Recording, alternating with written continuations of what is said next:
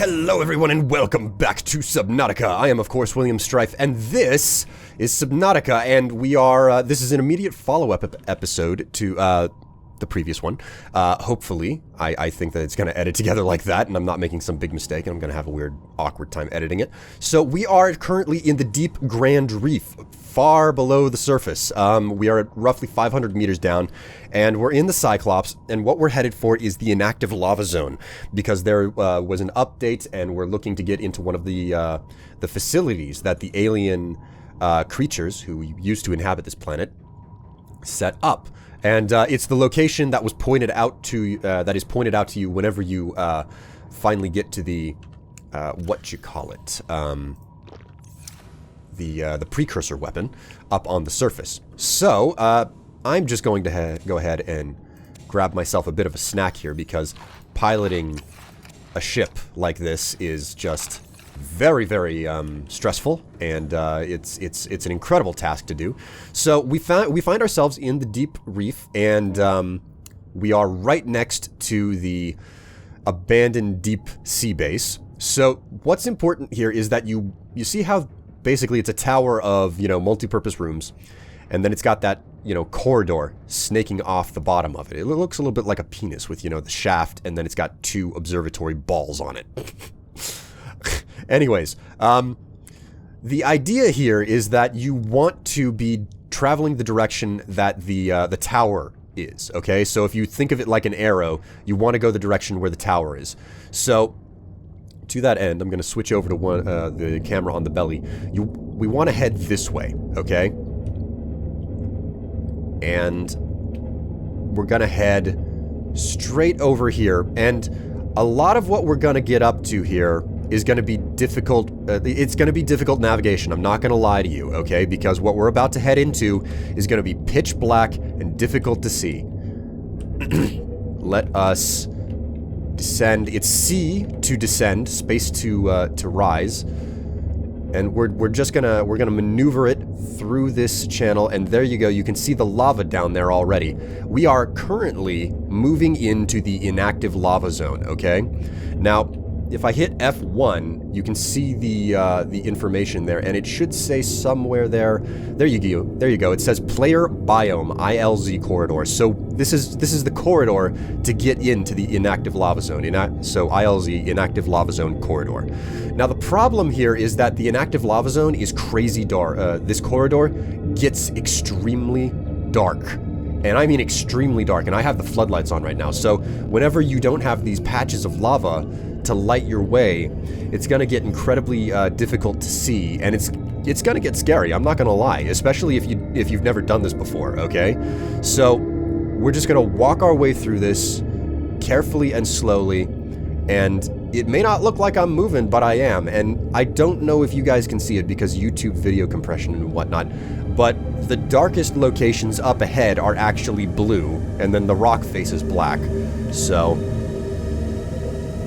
we're going to continue to descend. We want to try to keep the ship closer to the bottom of the rock face.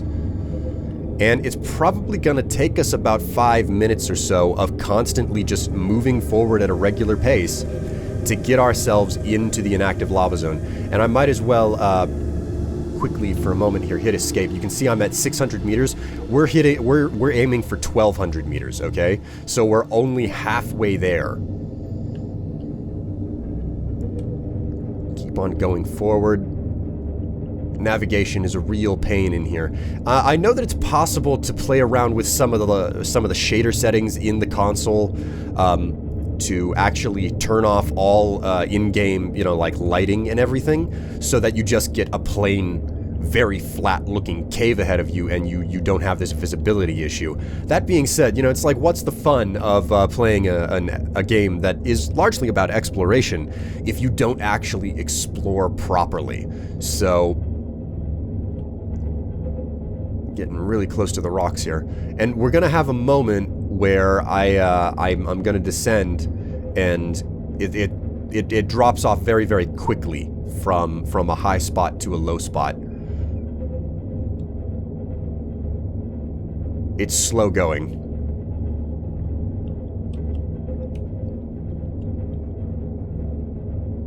Okay, so if you look over there, that is what's known as kyanite. That is one of the reasons why I'm down here.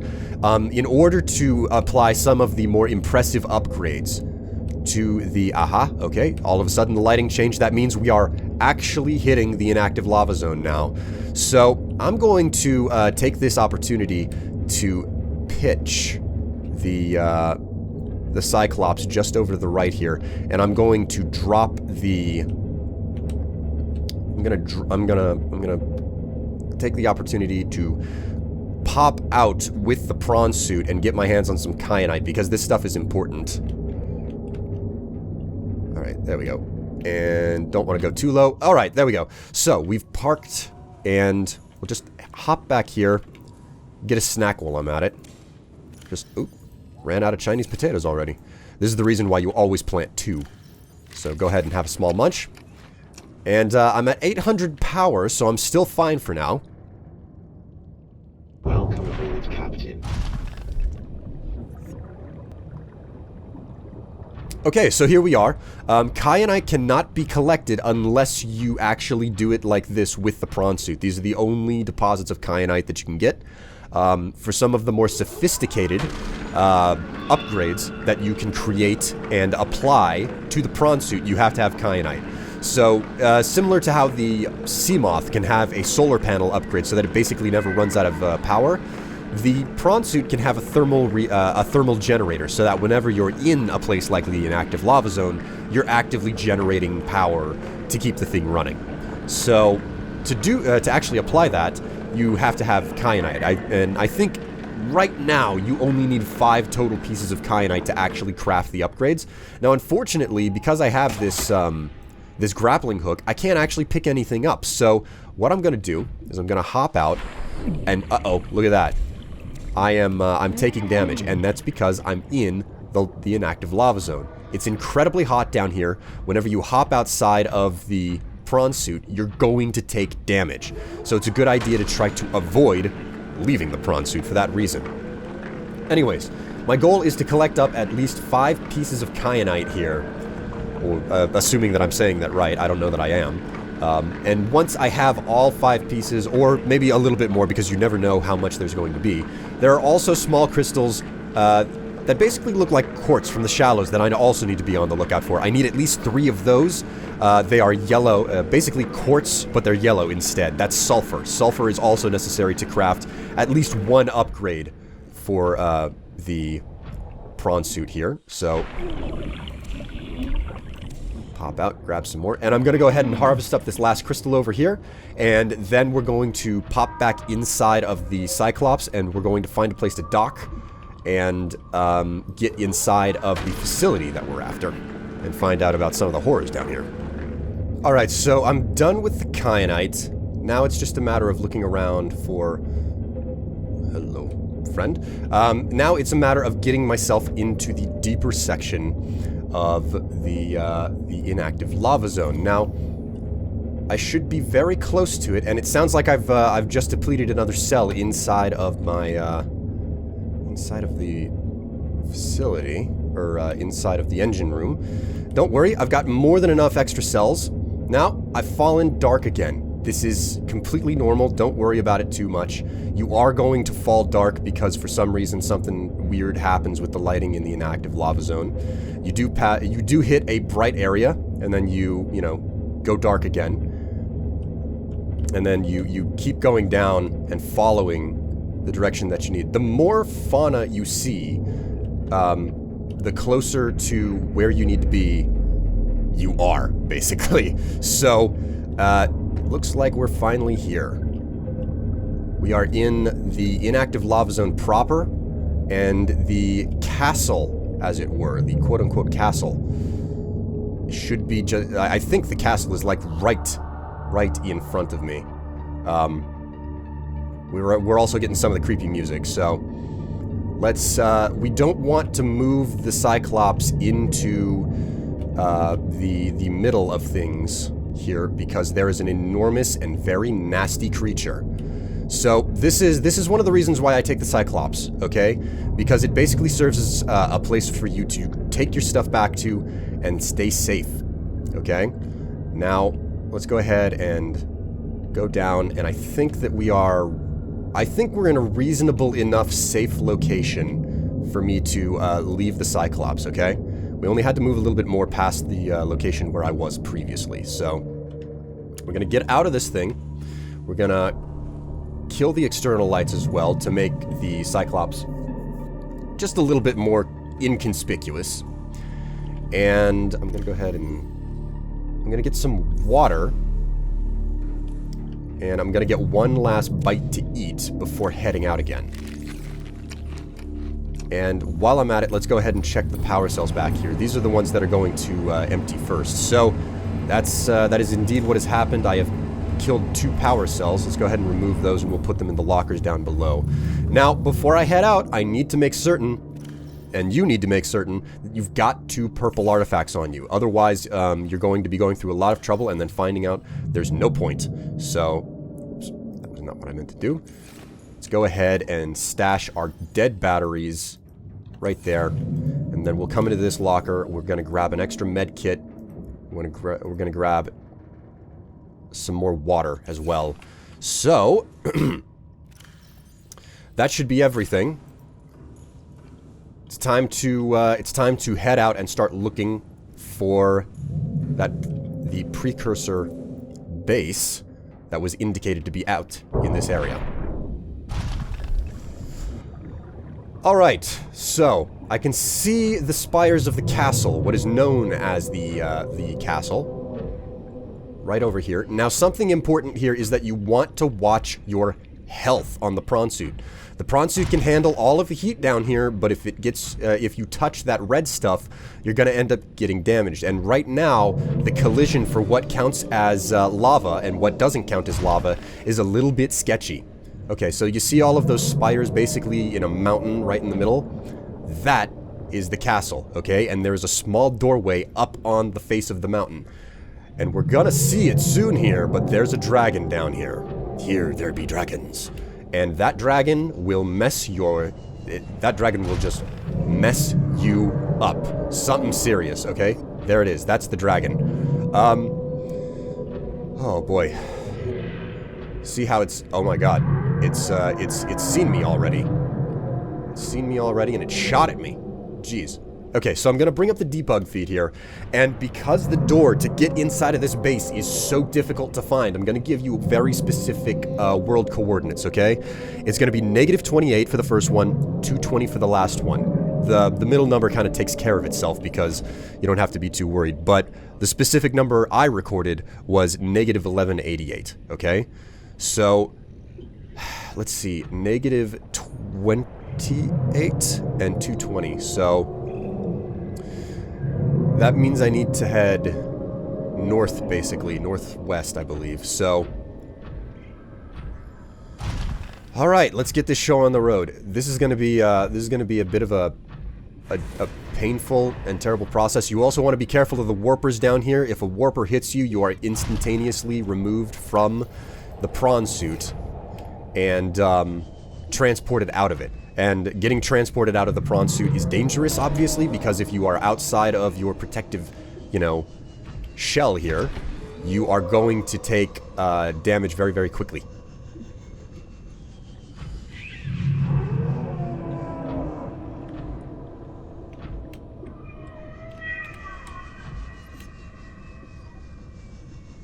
Okay, I found it. Now, I want to get inside of this cave as fast as I can, and because the dragon likes to hang out around this area and mess with me. Now, these cracks in the floor, I'm going to stand on it just a little bit here. See, my health is already beginning to just plummet. So, I'm going to shut off the debug feed, and we're going to get a lot of stutter down here, but just watch very closely as I run through this, how to get through it,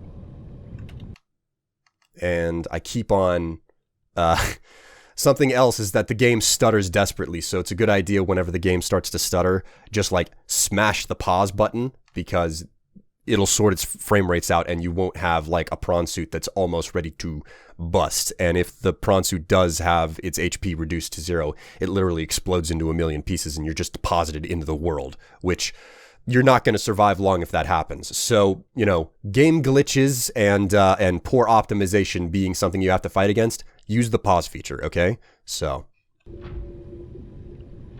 what you basically want to do is you want to go around the outer wall here, like so. Again, my health is dropping really quick, which is not something I want, but it's just the way that it works when coming through this cave. And like I said, just keep following the left wall, and now this is where it gets interesting. You get down here, there's this tiny little bit of lava, you gotta cross it with a jump. And you just walk straight through, and now we're more or less in a safe zone. We're not really gonna take a whole lot of damage. And this is the precursor base that we're looking to get into. So, we can go ahead and repair up the prawn suit very soon here. What we need to do is get into that entrance up there. This is a power conduit or a cable or something. We're just going to go ahead and use the thrusters, the jumping thrusters, to jump on top of it. Okay? Now that we're on top of it, we're going to go ahead and just carefully walk. Now this is the reason why I insist that it's important to have the grappling arm, okay? Jump straight up. Oh, crap me. Well, I got stuck on the lip. Luckily, the thrusters still work. Land back on the power cable. Let's try that again. Jump. There we go. Okay, so we've used the grappling arm to get inside of the precursor base, and now we're relatively safe. We don't have to worry about anything. It's not like there are monsters in here.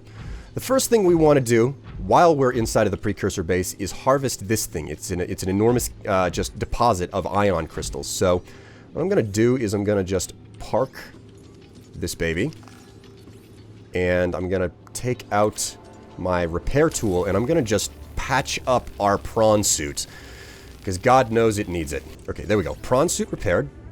Now, we can go ahead and scan this alien drone. It is going to try to, you know, like, pinch at me, but it's not really that big of a danger. It's just going to nip at my heels. So I can just easily run away from it. More than one of these things, though. Okay. So what I want to do is I want to open up the panel here, and I just want to unequip the grappling arm, like so. And then we're gonna hop back inside of this thing. Don't worry, we'll look at the further, you know, deeper areas of this base in a minute. Aboard, Captain. But before anything else, I'm just gonna go ahead and walk up over to this thing. And now I can go ahead and grab things with my left arm. So I'm gonna go ahead and just use the grinding arm, the drill, to just break this thing down, and I'm gonna get a bunch of ion crystals out of it. Alright, last ion crystal. Let's hope that it gets me one more. Okay, there we go. I think I got a total of 5 out of this. Go ahead and snatch that up. Okay, so, there we go. Now, let's go ahead and hop out of the prawn suit, because we don't need it for the rest of the time that we're inside of this base. And I've got those purple slates on me, those purple artifacts, so I can go ahead and activate this. This is one of 2 doors inside of this base. Go ahead and deactivate the force field. Alright, there we go. And we can go ahead, come in here, and check this out. It's the blue artifact. Now, we already got the orange artifact, which I actually have on me, as well as the blue artifact. I'm starting to believe that the goal that the devs are making is that you have to visit a plentitude of bases throughout the facility, throughout the planet, to collect up a bunch of different colored artifacts in order to unlock one final base. I'm starting to think that that might be the situation, but I'm not entirely certain. Anyway, we're gonna follow the we're gonna follow these ramps down, and we're gonna come down here. We'll find another ion crystal. We'll go ahead and grab it, and then we've got another control panel. We'll use the other purple artifact. Boomo.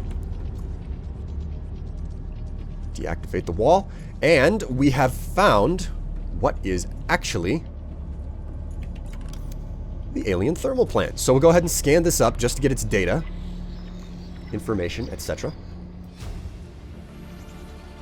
Integrating new PDA data.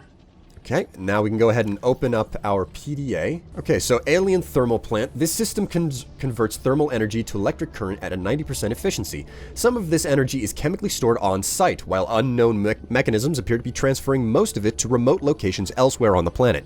30% stored on site, 30% ground-to-air quarantine enforcement platform. That would be the weapon. 22% primary containment facility, don't know what that is currently. 11% disease research facility, this is interesting. 7% self-warping quarantine enforcer units. So 7% of the power from this facility is going to those warpers out there that seem to be harassing me all the time. The system appears to be fully automated and given current understanding of the mechanisms involved, uninterruptible. Okay, so we can't shut the weapon down by killing its power source. That's the first thing that we just learned. Now, let's go ahead and grab some of the data downloads off of these consoles. Integrating new PDA data.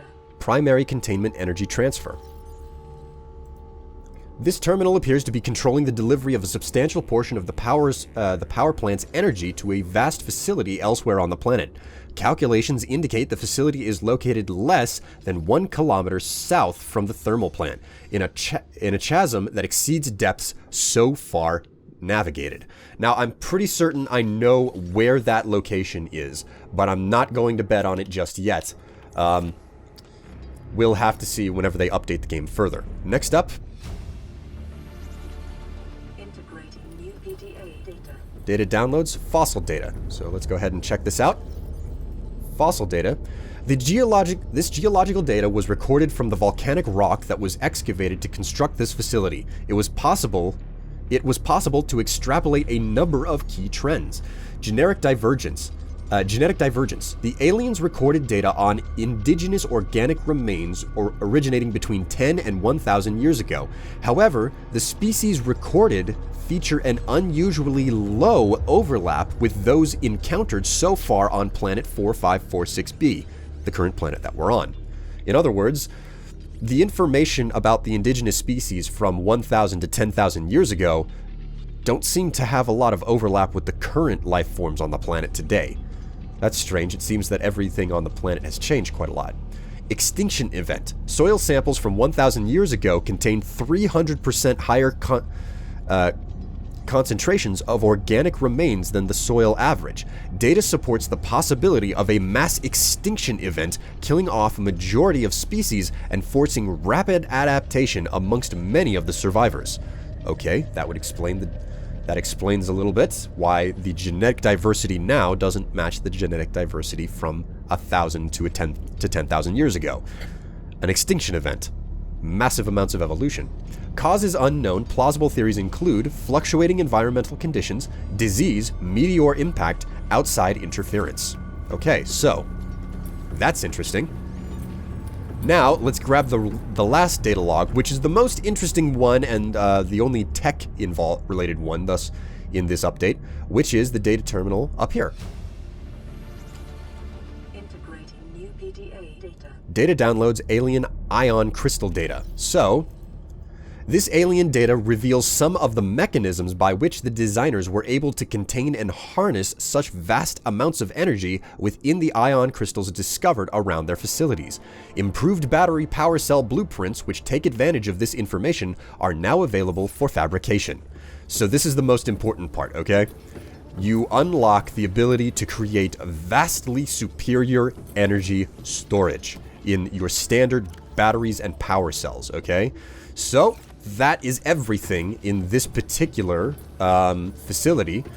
All the blue artifact, an upgrade to your batteries, and some data downloads that indicate what is going on with this facility. But before we leave, I might as well point something else out. Also has these little maintenance spots down here. Something else that I might as well point out is the fact that there's another gate in this particular facility, which means that it's probably possible to activate and warp between all of the precursor facilities at a later date and time. Now, the challenge that we are faced with is exiting this facility. Alright, we've exited the facility without too much trouble, and what we're going to do is we're going to just backtrack, go the exact same direction, detecting alien materials in a massive local energy mass in the 1,000 megawatt capacity. Well, no duh, PDA. You kind of delivered that message to me a little bit late. Oh, before I go back into the cave, I'm going to need to hop out, take a little bit of heat damage, and re-equip the prawn suit grappling arm. There we go.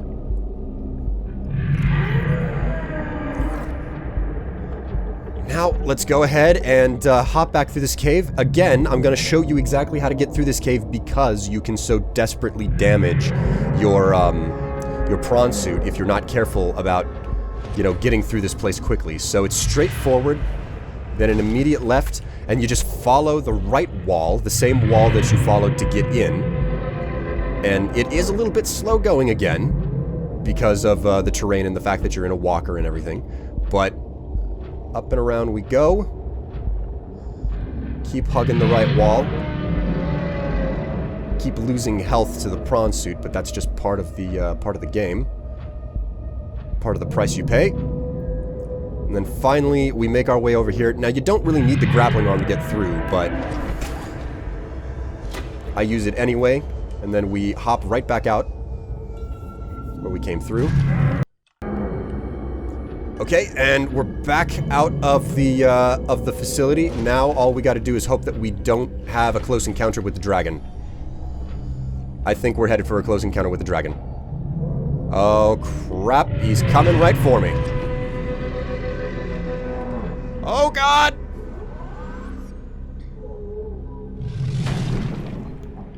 Okay, he flung me. He flung me. I've seen better days. But we're gonna use that momentum to get the hell away from him. Okay, come on, baby. Oof. Okay, so we took a bit of a beating, but the prawn suit is all right. It you know, took a little bit of damage, but it's doing fine. And we can go ahead and walk around on the seafloor. Now the only thing left to be concerned about is that I find sulfur before leaving, because sulfur is the other major thing that you can find down here in the inactive lava zone. And again, it looks like quartz crystals, but they're yellow. Okay, here we go. This is a sulfur crystal. Go ahead and hop out very quickly, nab it, and just get right back inside of our prawn suit. Oh, and that's the sound of a warper, which means we need to get ourselves moving. We don't want them, you know, warping us close to the lava or anything. And what I'm doing right now is I'm basically just circling because I've got the Cyclops icon over there. I'm circling the enormous mountain, which is the quote-unquote castle that the devs have chosen to call it.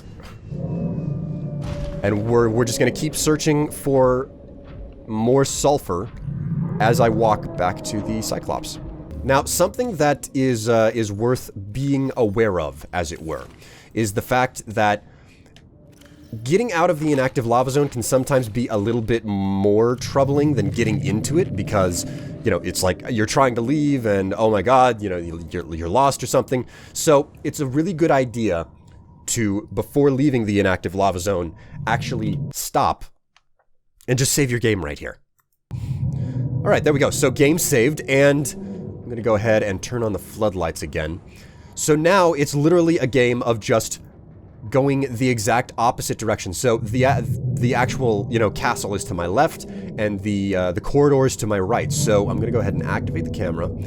And like I said, this can be a little bit horrifying because it's like, oh my god, like I've got to leave, but the corridor gets crazy black and dark, and you can't really see where on earth you're going and everything. So it can be scary, but I promise you that the corridor that you came in through is pretty linear, okay? Like, I know this for certain. I've done it more than once. So it's pretty linear. It's difficult to get lost. And the reason why you make that save is because if you do screw up, if you do make some massive misstep or something, which I find kind of unlikely to happen, it's not that difficult to just quit without saving and then open up the same save file and try to find your way back through this corridor again.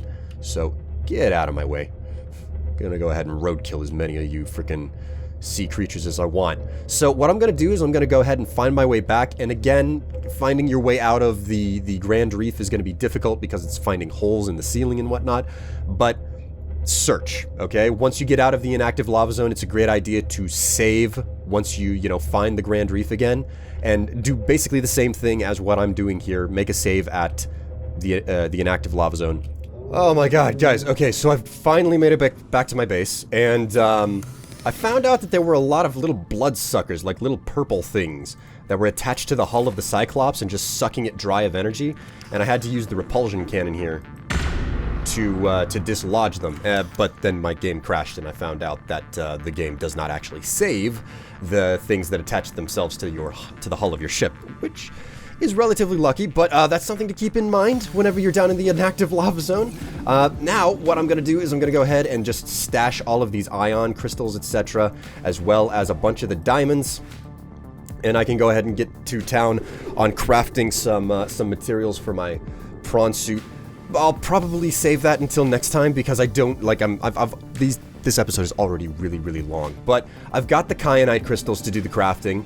I've got the sulfur to do the crafting. I'll go ahead and, review quickly whenever I do my next episode. I also got a little bit of a friend from down in the inactive lava zone. I'll go ahead and take one of these peepers out. I'm going to go ahead and put the lava boomerang in. Check that out. I got a lava boomerang, part of the group. Hopefully it doesn't die because this is, relatively warm water. And while I'm at it, I'll go ahead and grab another med pack out of here. But before we do go, there is one other thing that I can go ahead and address, which should be... Do I have rubber on hand? Do I have copper? I have some copper, I have some rubber, and I also have 2 ion crystals. Now, I want to warn you that what I'm about to do here, these ion cells that I can now craft, and presumably you as well can now craft, be careful, because... remember, you can craft the keys with these ion crystals, and the ion crystals are finite, okay? They are a finite resource. There is a limited number of them, but I can come in here now, I can go into resources, electronics, and I can craft an ion battery out of one ion crystal and 1 copper, or I can craft an ion power cell for something like the Cyclops with 2 ion crystals, silicon rubber, and copper ore. Now, I'm going to make one of these because I want to make clear to you. I don't think that it's necessary to make a battery, any of these ion batteries, because the standard batteries and the tools that I have, none of them really suck down power all that fast. But the ion power cell, 1,000 units. That is insane. Absolutely crazy. I wouldn't mind getting, just 2 of these and putting them in the Cyclops.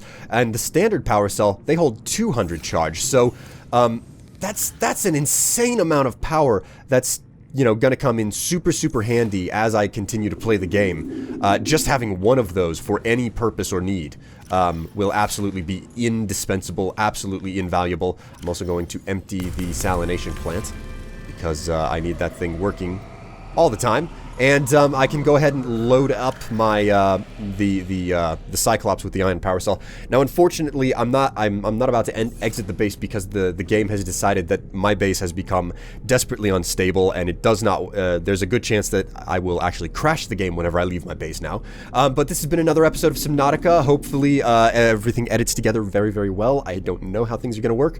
You either got 1 episode or 2. I don't know how it edits together, but that is everything that they kind of added in the update. Everything else that they added is a little bit more, aesthetic. It's more interesting and not so much a functional, useful thing, but anything that does come in handy that they added in this update down the line, I will cover at a later date. But this has been Subnautica. Thank you very much for watching. I hope that you guys learned something and that at the very least you enjoyed watching. But again, I am William Strife. I hope you enjoyed, and I will see you guys in another episode another time with another series, and hopefully more Subnautica recently in the future, because I know the devs are aiming to actually release this year, 2017, for a full, complete, stable build of Subnautica version 1.0. But until next time, thank you for watching. I'll see you guys later. Bye!